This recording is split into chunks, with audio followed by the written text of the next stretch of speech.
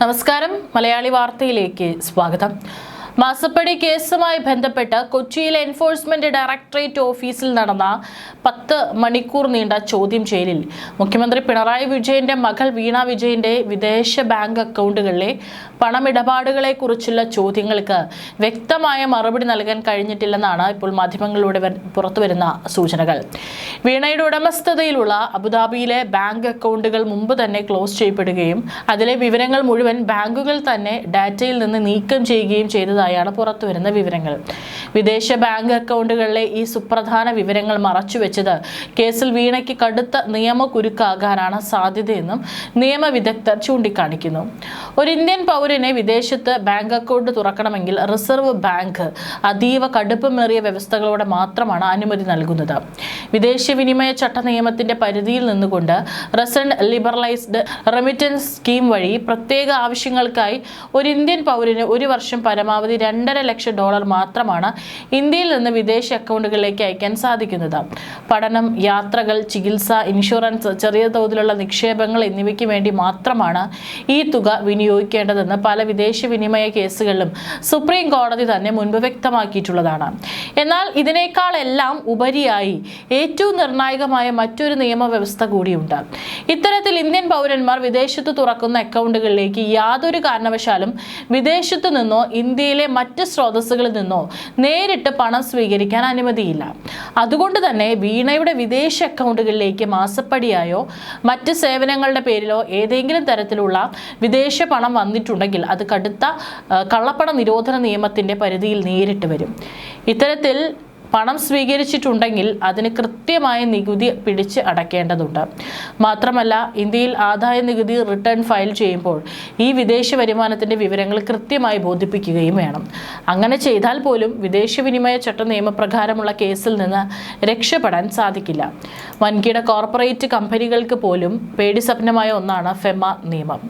കാരണം ഇത്തരം കേസുകളിൽ കള്ളപ്പണം വെളുപ്പിക്കൽ നിരോധന നിയമം മാത്രമല്ല, വിധ്വംസക പ്രവർത്തനങ്ങൾക്കായി പണം സ്വീകരിക്കുന്നതുമായി ബന്ധപ്പെട്ട കടുത്ത വകുപ്പുകൾ കൂടി ചുമത്താൻ കേന്ദ്ര ഏജൻസികൾക്ക് അധികാരം ലഭിക്കും. അച്ഛൻ്റെ നിർദ്ദേശപ്രകാരം കമ്പനി ഉണ്ടാക്കി മാസപ്പടി വാങ്ങി എന്നതിനപ്പുറം വീണയ്ക്ക് വലിയ രീതിയിലുള്ള സാമ്പത്തിക പരിജ്ഞാനമോ ക്രിമിനൽ ബുദ്ധിയോ ഉള്ളതായി തോന്നുന്നില്ലെന്നാണ് സോഷ്യൽ മീഡിയയിലെ രാഷ്ട്രീയ നിരീക്ഷകരും പ്രതികരിക്കുന്നത്. കുടുംബത്തിന്റെ രാഷ്ട്രീയ സ്വാധീനത്തിൽ വലിയ സാമ്പത്തിക ഇടപാടുകളിലേക്ക് വീണയെ കരുവാക്കുകയായിരുന്നു എന്ന തരത്തിലുള്ള ചർച്ചകളും ഇപ്പോൾ സജീവമാണ്.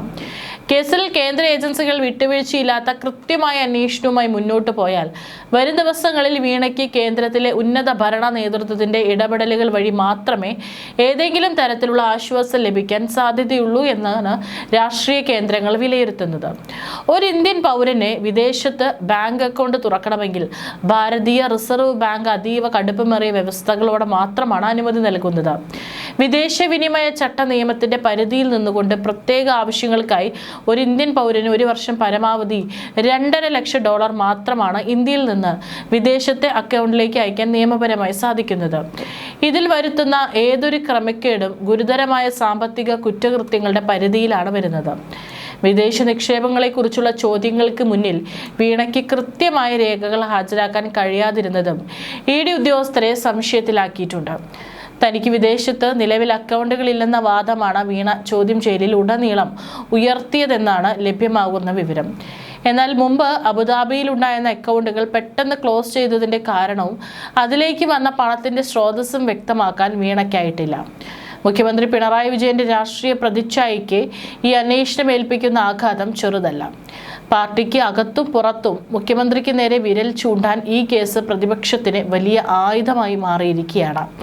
കുടുംബാംഗങ്ങൾ ഉൾപ്പെട്ട സാമ്പത്തിക ഇടപാടുകളിൽ പാർട്ടിക്ക് കൃത്യമായ മറുപടി നൽകാൻ കഴിയാത്തതും കമ്മ്യൂണിസ്റ്റ് അണികൾക്കിടയിലും വലിയ അതൃപ്തിക്ക് കാരണമാകുന്നുണ്ട്. വരും ദിവസങ്ങളിൽ വീണയെ വീണ്ടും ചോദ്യം ചെയ്യലിനായി ED വിളിച്ചു വരുത്തുമെന്നാണ് സൂചന. വിദേശ അക്കൗണ്ടുകളിലെ വിവരങ്ങൾ ലഭ്യമാക്കാൻ UAE അധികൃതർക്ക് ED ഔദ്യോഗികമായി കത്തയച്ചിട്ടുണ്ടെന്നും സൂചനയുണ്ട്.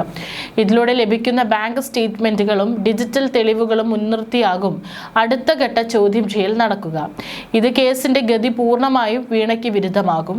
കരിമണൽ കമ്പനിയായ CMRL-ഉം എക്സാലോജിക്കും തമ്മിലുള്ള സാമ്പത്തിക ഇടപാടുകളുമായി ബന്ധപ്പെട്ട മാസപ്പടി കേസിൽ എൻഫോഴ്സ്മെന്റ് ഡയറക്ടറേറ്റിന്റെ അറസ്റ്റ് ഉൾപ്പെടെയുള്ള കടുത്ത നടപടികൾ ഒഴിവാക്കാൻ മുൻ മുഖ്യമന്ത്രി പിണറായി വിജയന്റെ കുടുംബം അടിയന്തര നിയമോപദേശം തേടി. സുപ്രീം കോടതിയിലെയും ഹൈക്കോടതിയിലെയും പ്രമുഖ അഭിഭാഷകരുമായാണ് കുടുംബം ചർച്ച നടത്തിയത്. കൊച്ചിയിൽ ED ഓഫീസിൽ 8 മണിക്കൂറിലധികം നീണ്ട കടുത്ത ചോദ്യം ചെയ്യലിന് ഒടുവിലാണ് വീണ വിജയൻ താൽക്കാലികമായി മടങ്ങിയെങ്കിലും വരും ദിവസങ്ങളിൽ ചോദ്യം ചെയ്യൽ തുടരും. പുറത്തിറങ്ങിയ വീണ മാധ്യമങ്ങളോട് പ്രതികരിച്ചില്ല. തുടർച്ചയായ ചോദ്യം ചെയ്യലിൽ ED ഉദ്യോഗസ്ഥർ ഉന്നയിച്ച കൃത്യമായ തെളിവുകൾക്ക് മുന്നിൽ വീണ ആകെ വിയർത്തതായാണ് വിവരം. കേന്ദ്ര ഏജൻസിയുടെ ചോദ്യശരങ്ങൾക്ക് മുന്നിൽ കടുത്ത മാനസിക സമ്മർദ്ദത്തിലായ വീണയിൽ നിന്നും EDക്ക് ലഭിച്ചത് വൈരുദ്ധ്യങ്ങൾ മാത്രമുള്ള മൊഴികളാണ്. കമ്പനി ഉദ്യോഗസ്ഥരുടെ മൊഴികളും ഡിജിറ്റൽ രേഖകളും മുൻനിർത്തി ചോദ്യം ചെയ്തപ്പോൾ പലതിനും പരസ്പര ബന്ധമില്ലാത്ത മറുപടിയാണ് ലഭിച്ചത്. ഈ രേഖകളും മൊഴികളും വിശദമായി വിശകലനം ചെയ്ത ശേഷമായിരിക്കും EDയുടെ അടുത്ത നീക്കം. ഡൽഹിയിലെ ഉന്നത നേതൃത്വത്തെയും കാര്യങ്ങൾ ബോധ്യപ്പെടുത്തും. അതിനുശേഷമാകും വീണയെ അറസ്റ്റ് ചെയ്യണമോ എന്ന് തീരുമാനിക്കൂ. വരും ദിവസങ്ങളിൽ എക്സാലോജിക് കമ്പനിയുടെ സാമ്പത്തിക സ്രോതസ്സുകളെക്കുറിച്ചും ബാങ്ക് അക്കൗണ്ടുകളിലേക്ക് പണം വന്ന വഴികളെക്കുറിച്ചും കൂടുതൽ അന്വേഷണം നടത്താനാണ് EDയുടെ തീരുമാനം. വീണയിൽ നിന്ന് ലഭിച്ച വിവരങ്ങളുടെ അടിസ്ഥാനത്തിൽ കൂടുതൽ പേർക്ക് സമൻസ് അയക്കാനും സാധ്യതയുണ്ട്. മുൻകൂർ ജാമ്യാപേക്ഷ നൽകുന്നത് ഉൾപ്പെടെയുള്ള കാര്യങ്ങളിൽ ഡൽഹിയിലെ പ്രമുഖ ക്രിമിനൽ വക്കീലന്മാരുമായി പ്രതിപക്ഷ നേതാവിന്റെ കുടുംബം ചർച്ച പൂർത്തിയാക്കിയതായാണ് റിപ്പോർട്ടുകൾ. വരും ദിവസങ്ങളിലെ ചോദ്യം ചെയ്യൽ ഈ കേസിൽ നിർണായകമായ വഴിത്തിരിവാകും.